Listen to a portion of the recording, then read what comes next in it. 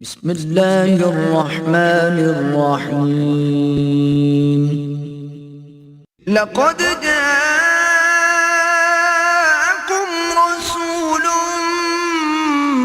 من أنفسكم عزيز عليه ما عنتم حريص عليكم بالمؤمنين رؤوف رحيم.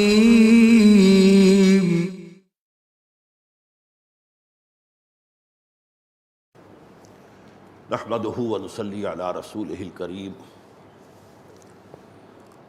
اما بعد فقد قال الله تبارك وتعالى كما ورد في سورة النساء: اعوذ بالله من الشیطان الرجیم بسم اللہ الرحمن الرحیم. یا ایھا الذین آمنوا اطیعوا اللہ واطیعوا الرسول واولی الامر منکم فإن تنازعتم في شيء فردوه إلى الله والرسول صدق الله العظيم. وعن أبي نجيح العرباض بن سارية رضي الله عنه قال: وعظنا رسول الله صلى الله عليه وسلم موعظة وجلت منها القلوب وذرفت منها العيون، فقلنا یا رسول اللہ کأنها موعظة مودع فأوصنا. قال اوصيكم بتقوى الله عز وجل والسمع والطاعة وإن تأمر عليكم عبد حبشي فإنه من يعش منكم بعدي فسيرى اختلافا كثيرا فعلیکم بسنتی وسنت الخلفاء الراشدین المہدیین تمسکوا بها وعضوا علیہا بالنواجذ وإیاکم ومحدثات الامور فإن كل محدثة بدعة وكل بدعة ضلالة. رواه ابو داود والترمذی رحمہم اللہ. رب اشرح لی صدری ویسر لی امری واحلل عقدۃ من لسانی یفقہوا قولی. اللہم ربنا الہمنا رشدنا واعذنا من شرور انفسنا. اللہم ارنا الحق حقا وارزقنا اتباعہ وارنا الباطل باطلا وارزقنا اجتنابہ. آمین یا رب العالمین. یہ اربعین نووی کی حدیث نمبر 28 ہے. گویا کہ آج جب ہم اسے پڑھ لیں گے تو اس کتاب کا 2/3 حصہ مکمل ہو جائے گا، اس لیے کہ کل اگرچہ نام تو 40 ہے اس کا، لیکن حدیثیں اس میں 42 ہیں، تو 2/3 28 حدیثیں ہو جائیں گی. اس حدیث کے راوی ہیں عرباض ابن ساریہ رضی اللہ تعالی عنہ، اور یہ سنن ابی داؤد اور جامع ترمذی دونوں میں یہ حدیث موجود ہے. امام ترمذی رحمۃ اللہ علیہ کا کہنا یہ ہے کہ یہ حدیث حسن ہے، صحیح ہے، یعنی سند کے اعتبار سے بہت ہی پختہ ہے. اس میں متعدد باتیں آئی ہیں جن میں سے ہر ایک کو ہم جوامع الامور میں یا جوامع الکلمات میں شامل کر سکتے ہیں. اصل میں جو پس منظر ہے وہ کیا ہے؟ ایک نظام تھا، نظام اطاعت، جو حضور کے زمانے میں مسلمانوں میں بحیثیت جماعت پہلے رائج ہوا، پھر اسلامی حکومت میں رائج ہوا. اللہ کی اطاعت، رسول کی اطاعت، یہ دونوں اطاعتیں تو ہیں مطلق، غیر مقید، جو بھی حکم اللہ کا، جو بھی حکم رسول کا. تیسری اطاعت اولی الامر منکم، تم میں سے جو بھی صاحب امر ہو. لیکن اس کے ساتھ وہ اطیعوا کو تیسری مرتبہ نہیں لایا گیا. دو جو مستقل ہیں، غیر مقید ہیں، غیر مشروط ہیں، مطلق ہیں، ان کے ساتھ اطیعوا اللہ و اطیعوا الرسول. ایک شکل یہ ہو سکتی تھی کہ ایک ہی دفعہ اطیعوا کہہ دیتے اور تینوں کے اوپر وہ اطلاق ہو جاتا. جیسے کہ الجبرا میں بریکٹ کے باہر کوئی شے ہے تو بریکٹ کے اندر جو کچھ ہے اس سے ضرب کھا جائے گا، لیکن نہیں، یہاں اسلوب یہ کیا گیا اللہ کی اطاعت کے ساتھ حکم اطیعو، رسول کی اطاعت کے ساتھ حکم اطیعو، لیکن اولو الامر منکم کی جو اطاعت ہے اس کے ساتھ تیسری مرتبہ اطیعو نہیں لایا گیا، لیکن اگرچہ مراد یہاں پر ہے اطیعو، لیکن محسوس ہوا کہ کچھ فرق ہے۔ اولو الامر جو بھی ہوں گے حضور کے زمانے میں بھی ہوتے تھے، اب ظاہر بات ہے کہ حضور تو اللہ کے رسول بھی تھے اور مسلمانوں کے امیر بھی تھے، سپہ سالار بھی تھے، لیکن آپ کی عمارت کے تحت چھوٹی عمارتیں ہوتی تھیں نا۔ آپ نے کوئی ایسا لشکر بھیجا ہے جس میں آپ خود نہیں گئے، جنہیں ہم سریہ کہتے ہیں، جس لشکر میں آپ بھی شامل ہوں اس کو آپ کو معلوم ہے غزوہ کہتے ہیں، اور جس میں آپ شریک نہیں ہے آپ نے بھیج دیا ہے، ظاہر بات ہے کسی کو امیر تو بنایا ہے، تو اس امیر کی اطاعت بھی ضروری ہے۔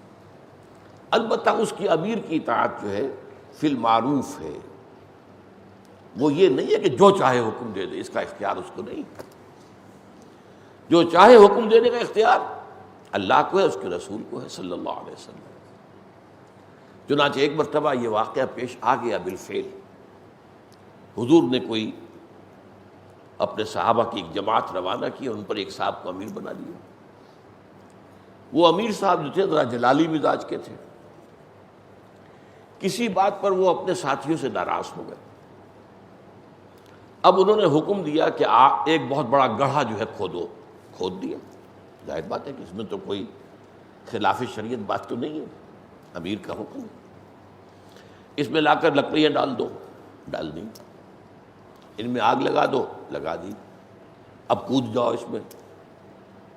اب لوگوں نے کہا اسی آگ سے بچنے کے لیے تو ہم نے محمد کا دامن تھاما صلی اللہ علیہ وسلم، اب اسی آگ میں ہم اپنے آپ کو ڈال دیں، نہیں، لا سمع ولا طاعہ۔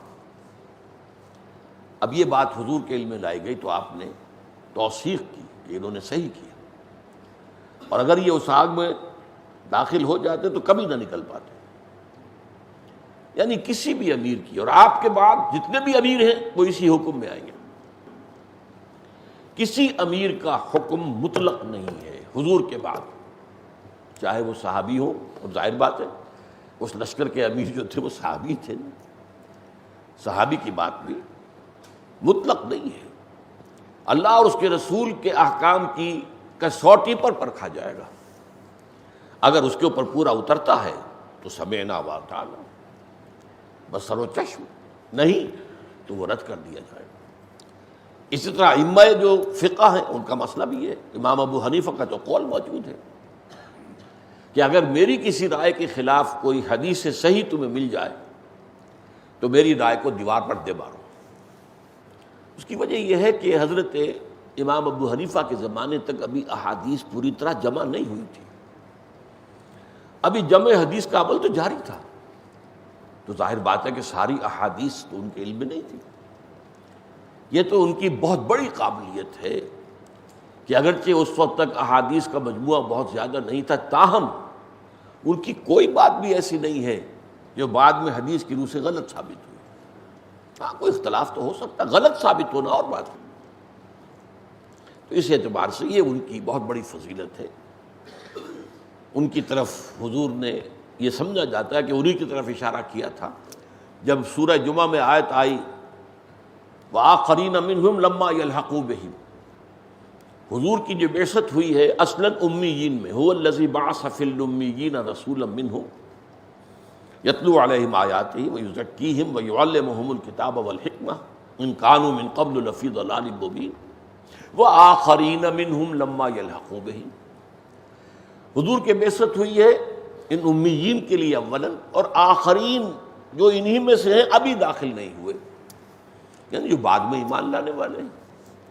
اب ایرانی ایمان لے آئے، شامی ایمان لے آئے، ترک ایمان لے آئے، ہندی ایمان لے آئے، آپ کو معلوم ہے کہ مصری ایمان لے آئے، افریقہ کے لوگ ایمان لے آئے، اندلس کے لوگ ایمان لے آئے، تو ایمان تو لائے بہت، یہ سب امت کے اندر تو ہے، اور حضور کی بعثت سب کی طرف ہے، بلکہ پوری نوع انسانی کی طرف ہے۔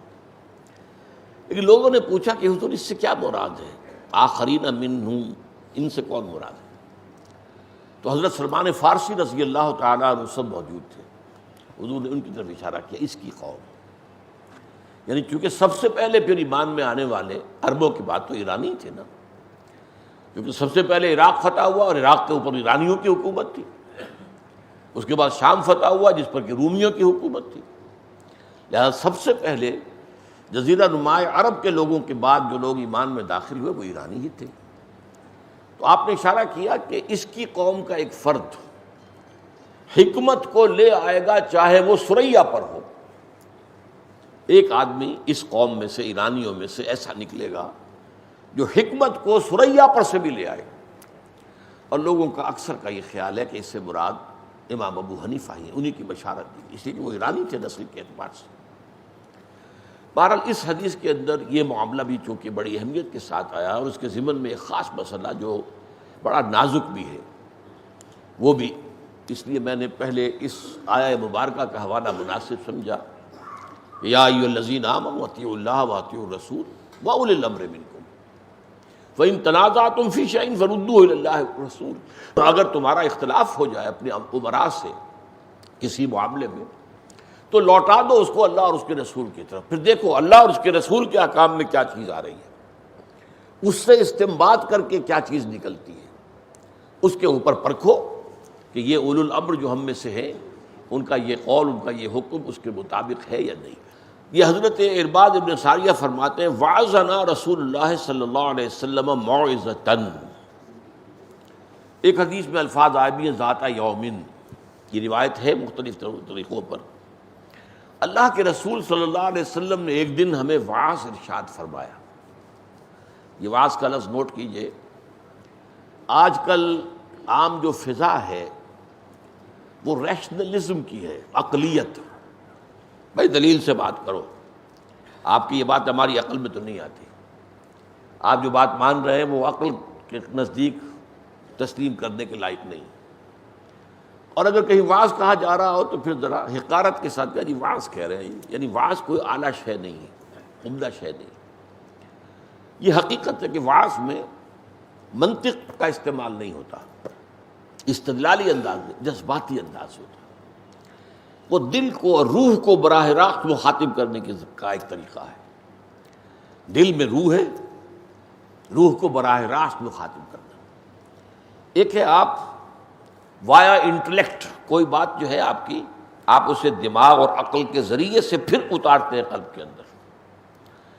جو بہت ریشنلسٹ قسم کے لوگ ہیں ان کا معاملہ یہی ہوتا ہے، جب تک ان کی عقل کسی شے کو تسلیم نہ کرے، یوں سمجھیے بیریئر ہے عقل کا، اور عقل کے معنی ہے باندھنے والی شے، عاقلہ، عقل، جیسا کہ آتا ہے حدیث میں کہ یہ جو اونٹ کو اگر کہیں آپ نے سوار اتر گیا اور اب یہ بھی چاہتا ہے کہ اونٹ بھاگ نہ جائے تو اس کا ایک گھٹنا باندھ دیتے تھے، ایک ٹانگ کو یوں موڑا اور گھٹنا باندھ دیا، اب وہ تین ٹانگوں پر ظاہر بات ہے دوڑ نہیں سکتا، ٹھیک ہے ذرا اچک اچک کر ادھر ادھر، کوئی کیکر کا درخت ہے تو کہیں ادھر منہ مار لے گا، کچھ ادھر ناشتہ کر لے گا تھوڑا بہت، بھاگ نہیں سکتا، اس کو اقال کہتے ہیں۔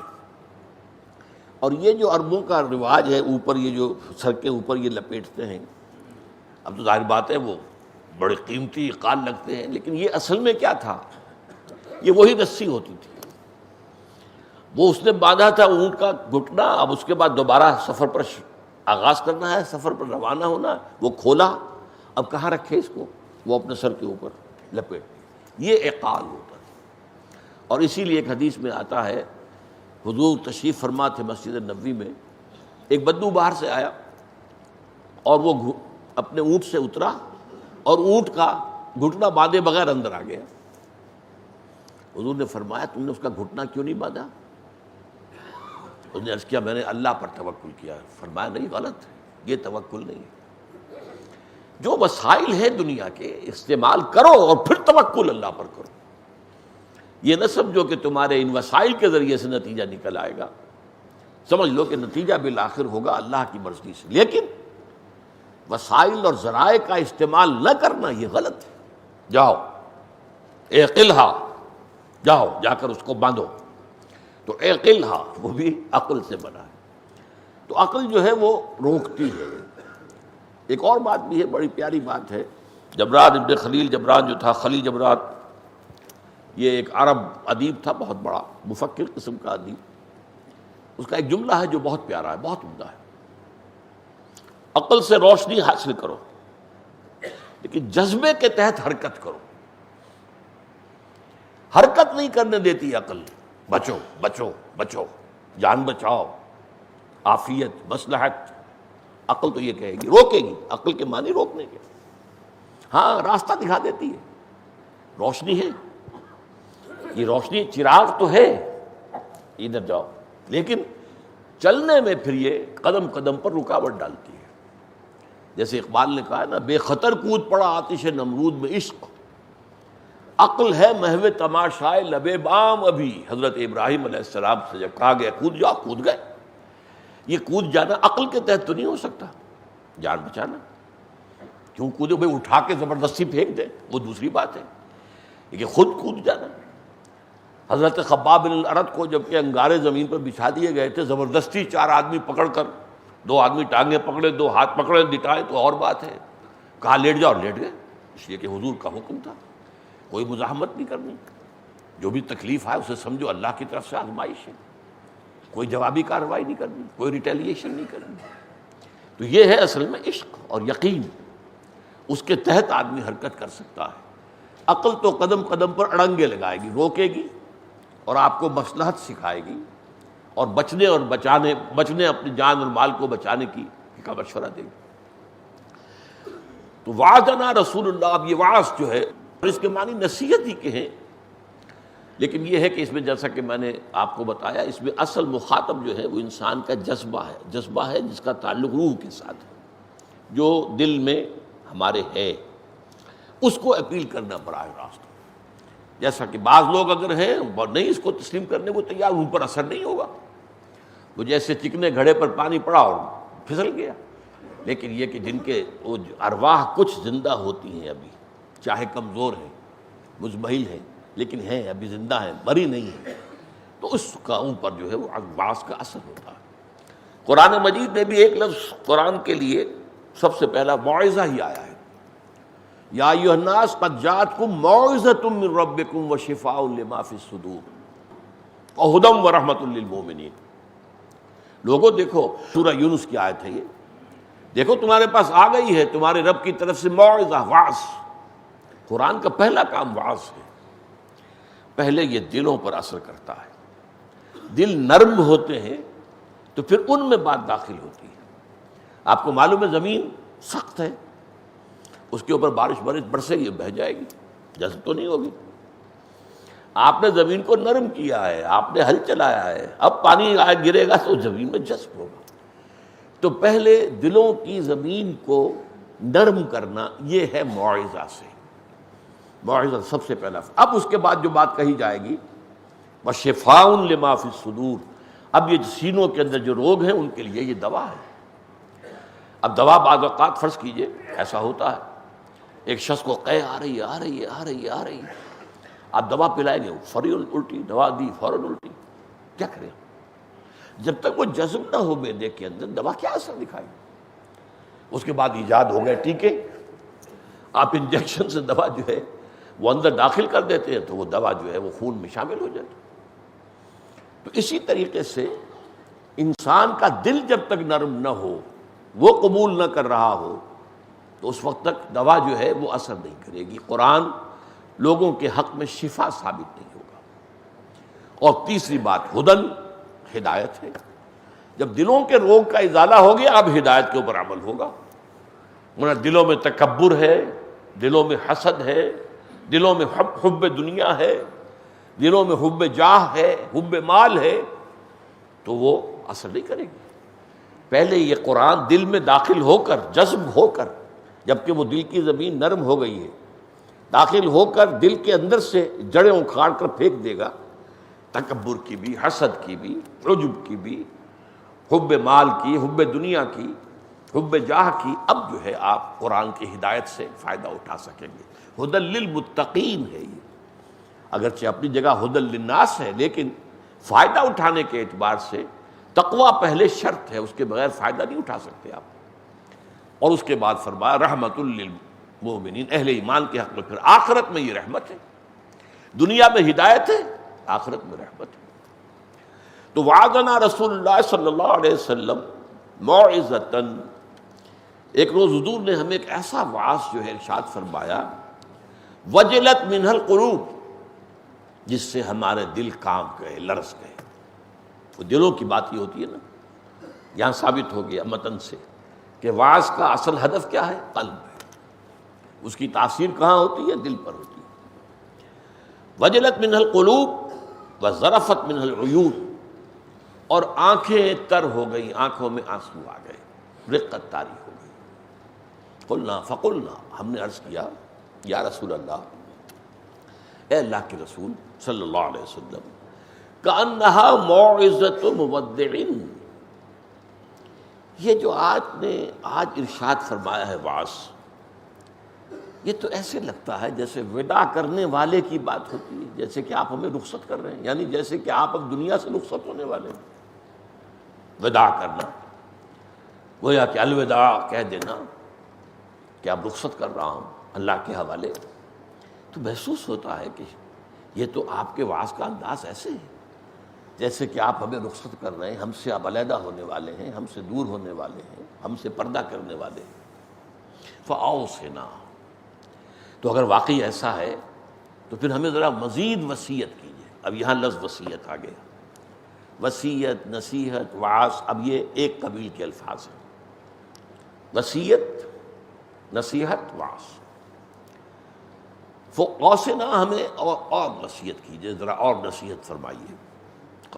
قال، آپ نے فرمایا، اوصیکم بتقوی اللہ عز وجل، سب سے پہلی بات تو یہ ہے کہ میں تمہیں نصیحت کرتا ہوں، وصیت کرتا ہوں اللہ تعالیٰ کا تقوی اختیار کرنے کی، جو بہت زبردست ہے، بہت بلند و بالا ہے، عز وجل، زبردست، عزیز، العزیز، جلالت شان والا ہے۔ اس کی اس جلالت شان کو سمجھتے ہوئے، اس کے اس مقام رفیع کا کوئی اندازہ کرتے ہوئے تمہارے دلوں میں اس کا تقوی رہنا چاہیے۔ تقوی کے بارے میں بارہا میں نے عرض کیا ہے کہ اس کا عام طور پر ترجمہ ڈر کر دیا جاتا ہے، جو اچھا ترجمہ نہیں، غلط میں نہیں کہہ رہا، غلط تو نہیں ہے، ڈر بھی اس میں شامل ہے۔ اصل شے کیا ہے؟ اللہ تعالیٰ کے احکام کو توڑنے سے بچنا، اور یہ بچنا جو ہے یہ خوف کے تحت بھی ہوتا ہے اور محبت کے تحت بھی ہوتا ہے۔ جیسے ایک سعادت مند بیٹا ہے، وہ باپ کے خوف سے بھی کسی کام سے رک جائے گا کہ باس پرس ہو جائے گی، مار پیٹ ہو جائے گی، سزا مل جائے گی، ڈانٹ ڈپٹ ہو جائے گی، یہ خوف ہے۔ باپ کی محبت کی وجہ سے بھی رکتا ہے، ابا کا جو ہے دل خراب نہ ہو جائے، ابا کو اس سے رنج نہ پہنچے، میری اس حرکت سے ان کا دل جو ہے ٹوٹے نہ، یہ جو ہے یہ بچنا، یہ محبت کے تحت بچنا، کسی کی عظمت، کسی کی محبت کے تحت اس کی ناراضگی سے بچنا۔ تو یہ دونوں پہلو ہونے چاہیے۔ آج کل انگریزی میں گاڈ کانشسنس اس کا ترجمہ کیا جا رہا ہے، وہ میں سمجھتا ہوں اچھا، خوبصورت ہے کہ اللہ تعالیٰ کا شعور ہر وقت رہے، دل میں موجود رہے، گاڈ کانشسنس۔ باقی یہ کہ ہمارے ہاں چونکہ بدقسمتی سے یہ تقویٰ کا ترجمہ بھی ڈر کر دیا گیا، انذار کا ترجمہ بھی ڈراؤ کر دیا گیا، خوف کا لفظ تو ہے ہی، اس کے معنی ہے ہی ڈر۔ تو یہ مختلف الفاظ جو آتے ہیں، ان کا ایک ہی ترجمہ کرنے سے عیسائیوں کو ایک موقع ملا ہے کہ قرآن مجید جو ہے یہ خوف کے جذبے کو زیادہ حرکت میں لاتا ہے۔ یہ نیگیٹو ہے، خوف تو ایک نیگیٹو جذبہ ہے، جبکہ بائبل اور حضرت مسیح علیہ السلام کے باعث جو ہیں وہ اللہ کے محبت کے جذبے کو ابھارتے ہیں۔ تو قرآن مجید میں دونوں چیزیں موجود ہیں، اس میں کوئی شک نہیں ہے، لیکن یہ کہ جو ترجموں کی وجہ سے ایسا معلوم ہوتا ہے کہ جیسے اوور ویلمنگلی یہاں پر ڈر کی بات کی جا رہی ہے، ویسے یہ ہے کہ اس معاملے کے اندر تقویٰ بچنا، اپنے آپ کو قوا انفسکم واہلیکم نارا، اپنے آپ کو بچاؤ اور اپنے اہل و عیال کو آگ سے بچانا ہے، آگ سے بچانا ہے، اللہ کی سرزنش سے بچانا ہے، سزا سے بچانا ہے۔ تو اوصیکم میں وصیت کرتا ہوں تمہیں، اور بعض روایات میں آیا ہے اوصیکم و نفسی بتقوی اللہ، میں تمہیں بھی وصیت کرتا ہوں اور اپنے نفس کو بھی کرتا ہوں، میں اپنے آپ کو بھی اس سے بری نہیں کرتا۔ اوصیکم و نفسی بتقوی اللہ، پہلی وصیت جو ہے میری تمہارے لیے بھی اور اپنے نفس کے لیے بھی وہ تو یہ ہے کہ اللہ کا تقوی اختیار کرو۔ والسمع والطاعہ، اور سمع و طاعت کا حکم دیتا ہوں۔ سمع و طاعت در حقیقت ایک اصطلاح ہے ہمارے دین کی، اس ڈسپلن کے، سنو اور مانو۔ قرآن مجید کا حکم آیا سنو اور مانو، فاسمعوا واطیعوا، یہ نہیں کہ کہو پہلے ہمیں سمجھایا جائے جی کہ اس میں کیا حکمت ہے، اس میں کیا فائدہ، نہیں۔ اللہ کو مانتے ہو تو جو حکم آیا مانو، اس میں کوئی چون و چرا اور کیوں اور کیسے یہ نہیں ہو سکتا۔ رسول کا حکم جو آیا مانو، سب اطاعت، فاسمعوا واطیعوا اذ قلتم سمعنا واطعنا، یہ آیا قرآن میں۔ صحابہ کی تعریف میں آیا جبکہ تم نے کہا کہ ہم نے سنا اور مانا، نسمع ونطیع، ہاں ہم سنیں گے اور مانیں گے۔ تو سننے اور ماننے کے درمیان کوئی وقفہ نہیں ہونا چاہیے۔ سنا تو ہے، ابھی غور کر رہے ہیں اچھی بات ہے کہ نہیں ہے، صحیح ہے کہ نہیں ہے، یہ ہے وہ ہے، مصلحت کیا ہے، اس میں تو یہ اندیشے ہیں، اس سے بہتر تو یہ رائے ہے، یہ اگر اس میں لیت و لال ہو جائے گا تو ڈسپلن تو نہیں رہے گا۔ اور آپ کو معلوم ہے کہ اولاً جب کہ ابھی مسلمانوں کی حیثیت ایک جماعت کی تھی، انقلابی جماعت، انقلابی جماعت میں جب تک سمع و طاعت نہیں ہوگا انقلاب نہیں برپا ہوتا۔ یہ تو آپ کو معلوم ہے، جیسے کہ فوج کا ڈسپلن ہے، وہاں کیا ہے، لسن اینڈ اوبے، سنو اور مانو۔ اب اگر کوئی ماتحت جو ہے فوجی وہ کہے جناب اپنے افسر سے یہ حکم تو آپ دے رہے ہیں، مجھے بتائیے پہلے اس کی حکمت کیا ہے، کیا فائدہ ہے اس کا، کیا مصلحت ہے آپ کے سامنے، کیا مقصد ہے، تو یہ فوج تو نہیں رہی پھر، اب یہ تو کچھ اور ہو گیا۔ فوج میں تو لسن اینڈ اوبے، جیسے کہ ایک نظم ہم نے میٹرک میں پڑھی تھی، میں نے کئی دفعہ آپ کو سنائی بھی ہے، بڑی پیاری نظم ہے، charge of the light brigade. ایک بریگیڈ تھا جس کا نام تھا لائٹ بریگیڈ، برق رفتار یا روشنی کی طرح تیز رفتاری کے ساتھ چلنے والا۔ اب وہ 600 گھوڑوں پر وہ جو رسالہ جو ہے بریگیڈ وہ مشتمل تھا۔ ان کو حکم مل گیا اوپر سے کمانڈر کی طرف سے، چارج، حملہ کرو۔ اب انہیں معلوم تھا cannons in front of them, cannons to right of them, cannons to left of them۔ دشمن نے تینوں طرف سے توپیں نصب کر رکھی ہیں، سامنے سے بھی توپیں ہیں، دائیں طرف سے بھی توپیں ہیں، بائیں طرف سے بھی توپیں ہیں۔ لہذا یہ سب نے سمجھا someone has blundered، کسی نے بہت بڑی غلطی کی ہے، یہ جو حکم دیا ہے someone has blundered، لیکن there's not to reason why، there's but to do and die۔ ان کا یہ کام ہی نہیں تھا کہ وہ اس کی وجہ طلب کرے، کس لیے نہیں، ان کا تو کام یہ ہے کہ ڈو اینڈ ڈائی، چلو کرو جو حکم پر عمل کرنا ہے، موت آتی ہے تو آئے۔ تو یہ ہے فوج کا discipline. So into the valley of death road the 600، 600 کے 600 جو تھے وہ موت کی وادی میں اتر گئے، سب کے سب ہلاک ہو گئے، چونکہ تین طرف سے توپیں جو ہیں وہ آگ برسا رہی ہیں، تو کیا اس کا نتیجہ ہو۔ تو فرمایا والسمع والطاعہ۔ اب ظاہر بات ہے کہ یہی معاملہ بعد میں خلافت راشدہ کا تھا، مانو، سنو اور مانو۔ ہاں وہاں پر سوال کیا جا سکتا تھا، حضور کے معاملے میں سوال کرنے کا امکان نہیں تھا، وہاں سوال کیا جا سکتا تھا۔ حضرت سلمان فارسی نے سوال کر دیا، حضرت عمر واعظ کہہ رہے ہیں، خطبہ دے رہے ہیں، کھڑے ہو گئے، لا سمع ولا طاعہ، نہ سنیں گے نہ مانیں گے۔ اب یہ کلمہ بغاوت ہے، یہ کوئی اور شخص کہہ بھی نہیں سکتا تھا، یہ سلمان فارسی کہہ سکتا تھا۔ سلمان فارسی کا مقام وہ ہے کہ حضور نے فرمایا سلمان منا اہل البیت، سلمان تو ہمارے اہل بیت میں شامل ہے۔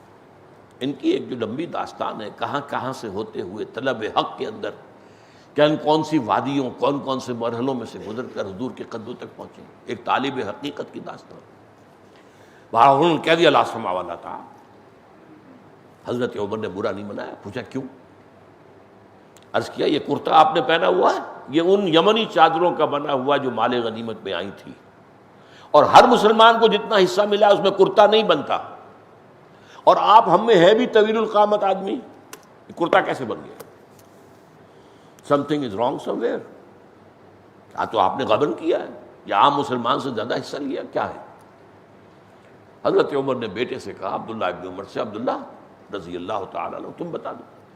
انہوں نے کھڑے ہو کر ٹیسٹیفائی کیا گویا کہ میرے حصے میں بھی کپڑا آیا تھا، میرا کرتا نہیں بن رہا تھا، ابا جان کے پاس جو آیا ٹکڑا اس سے ان کا نہیں بن رہا، تو میں نے اپنا ٹکڑا دے دیا ان کو، اس سے یہ کرتا بن گیا. ہاں ٹھیک ہے. اب حضرت سلمان کہتے الان نسمع و نطیع، ٹھیک ہے اب آپ فرمائے، جو فرماتے ہیں مانیں گے، سنیں گے، مانیں گے. یعنی یہ مغربی جمہوریت والی بات نہیں ہے کہ ہر حال میں جو ہے اپوزیشن اپوز کرنا ہی کرنا ہے، ٹانگیں گھسیٹنی ہر حال کے اندر نہیں. جو بات ہے وہ ٹھیک ہے، اس کی وضاحت ہو گئی، اب بات ختم. اب ایک اہم نازک مسئلہ آ رہا ہے. وَإِن تَأَمَّرَ عَلَيْكُمْ عَبْدٌ حَبَشِيٌّ، چاہے تم پر کوئی حبشی غلام حکمران بن جائے. اب یہ ذرا نازک مسئلہ کس اعتبار سے ہے؟ یہاں لفظ آیا تأمرا، اس کو سمجھ لیجئے. ایک ہے باب تفعیل، ایک ہے باب تفاعل. تفعیل میں مثلا تعلیم، کسی کو علم سکھانا، اور تفاعل میں تعلم، خود علم حاصل کرنا. یہ جو ہے تفعیل اور تفاعل مادہ ایک ہی ہے، علم. تعلیم کسی کو علم دینا، تعلم خود علم حاصل کرنا. متعلم کہتے ہیں نا اس کو جو شاگرد ہے، استاد کو جو پڑھنے والا ہے، طالب علم. اسی طریقے سے تعمیر، کسی کو امیر بنانا، امرا آئے گا اس سے. تعمرا، تعمر خود امیر بن جانا. یہ مسئلہ بڑا ٹیڑھا ہے کہ عمارت تو مسلمانوں میں جو معیاری معاملہ وہ تو یہ کہ مسلمانوں کے مشورے سے ہو. امرہم شورا بینہم، کوئی آسمان سے تو اب نازل نہیں ہوگا، کوئی نبی نہیں ہوگا. اب مسلمانوں میں سے کسی کو اپنا امیر بنانا ہے نا، مشورہ ہوگا. مشورے کے بعد جو ہے پھر وہ بیعت ہوگی. بعض لوگ بیعت اور الیکشن کو کنفیوز کرتے ہیں، یہ دونوں چیزیں بالکل مختلف ہیں. الیکشن جو ہے مشورے کے قائم مقام ہے، بیعت اس کے بعد ہے، مشورے کے بعد ہے. پہلے مشورہ ہوا سقیفہ بنی سعدہ میں، آپ کو معلوم ہے انصار نے کہا ہمارا حق ہے خلافت، اسلام کو عزت اور غلبہ تو ہماری مدد سے ہوا ہے، تم تو وہاں سے جان بچا کر بھاگے تھے مکے سے، لہذا ہمارا حق ہے. لیکن یہ کہ ظاہر بات ہے کہ عرب جو ہیں وہ تو قریش کے سوا کسی اور کی سیادت کو نہ جانتے تھے نہ مان سکتے تھے. نظم کیسے قائم ہوگا؟ اب جب اطلاع ملی ہے تو حضرت ابوبکر اور عمر فوراً بھاگ کر پہنچے سقیفے میں کہ کہیں فیصلہ ہو جائے، اور ایک دفعہ بیعت ہو گئی تو پھر اس بیعت کو ختم کرنا ممکن نہیں ہوگا. اس لیے جلدی آئے. اہل تشیع الزام لگاتے ہیں ان دونوں پر، صاحبین پر، کہ حضور کی تدفین ہوئی نہیں ہے اور آ گئے وہاں. ابھی حضور کی اور حضرت علی، حضرت عباس، یہ آپ لگے ہوئے تھے، آپ کے قریبی اعزاء میں سے تھے، رشتہ دار تھے، وہ تجہیز و تکفین کے معاملے میں تھے. بہرحال تو مشورے کے بعد پھر بیعت ہوئی حضرت ابوبکر کے ہاتھ پر. اسی طرح حضرت عمر کو مشورے سے حضرت ابوبکر نے نامزد کیا، پھر بیعت ہوئی. لیکن اب ایک شخص ہوئے جو خود آ جاتا طاقت سے. تأمرا یہ آیا جو خود. وَإِن تَأَمَّرَ عَلَيْكُمْ عَبْدٌ حَبَشِيٌّ، ایک حبشی غلام بھی اگر تمہارے اوپر حکمران بن بیٹھے، اب میں ترجمہ یہ کر رہا ہوں تب بھی سنو اور مانو.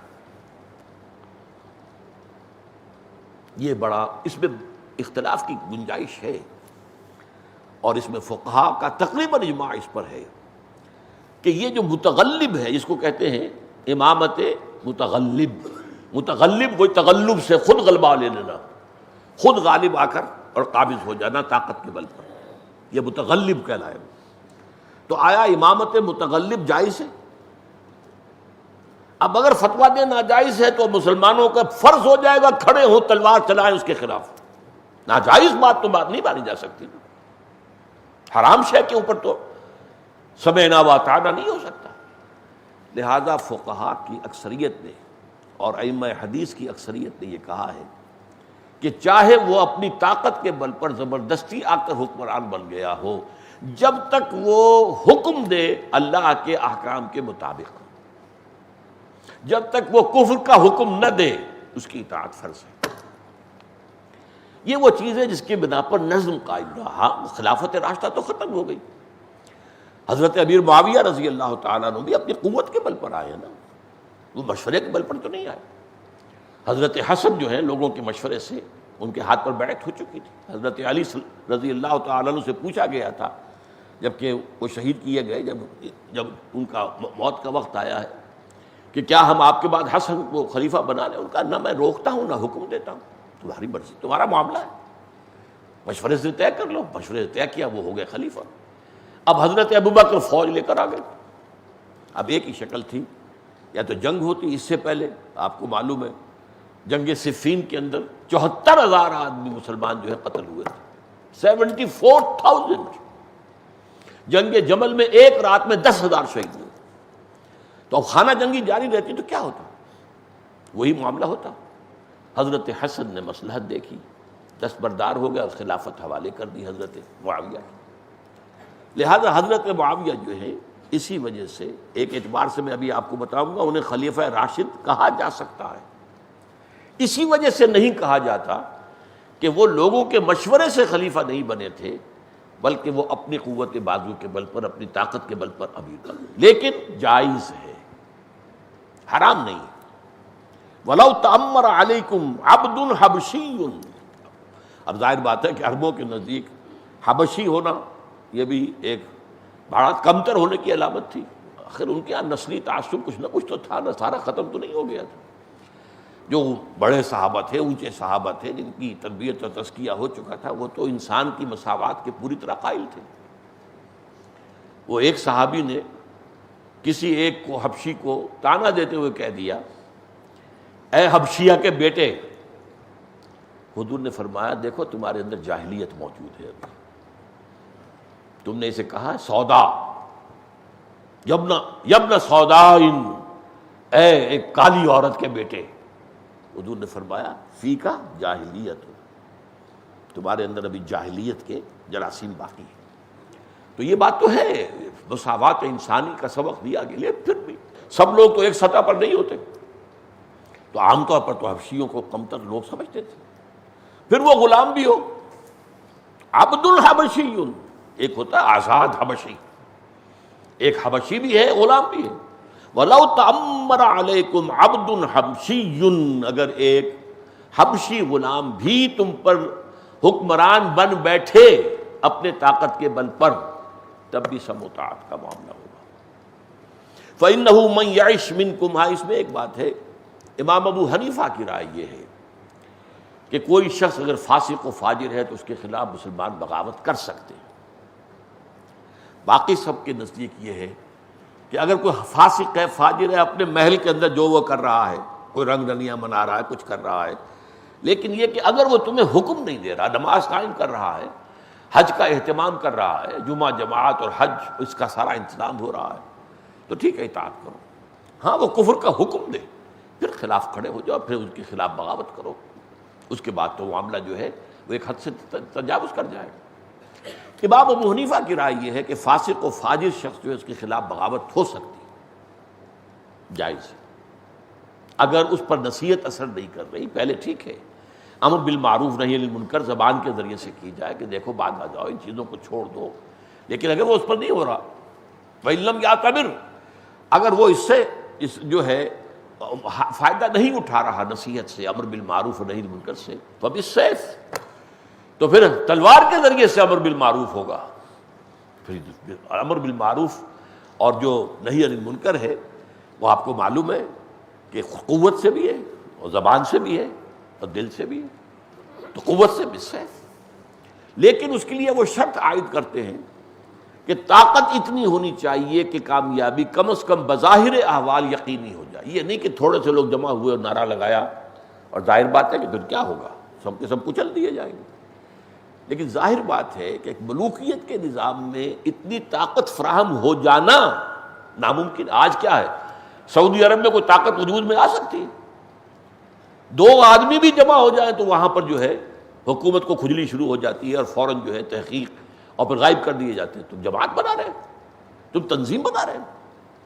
مجھے ایک صاحب نے بتایا، اور یہ آج سے 50 سال پہلے کی بات آپ کو بتا رہا ہوں، حاجی عبدالواحد صاحب مرحوم، اللہ تعالیٰ ان کے درجات بلند کرے، کہ سعودی عرب میں کچھ لوگوں نے آپس میں بیٹھ کر مشورہ کرنے کا کوئی معاملہ بنانے کے لیے ایک جگہ معین کی، وہاں بورڈ لگا دیا تدفین، لاوارث جو لاشیں ہوں ان کی تدفین کا انتظام ہم کریں گے۔ ظاہر بات ہے اور تو کوئی وہاں بورڈ لگ نہیں سکتا تھا، لیکن یہ کہ یہ ایک فلاح کا کام ہے، لاوارث جو لاشیں ہوں گی ان کی تدفین کا بندوبست کرنے کے لیے ہم نے ادارہ بنایا، اس لیے ہم یہاں بیٹھتے ہیں۔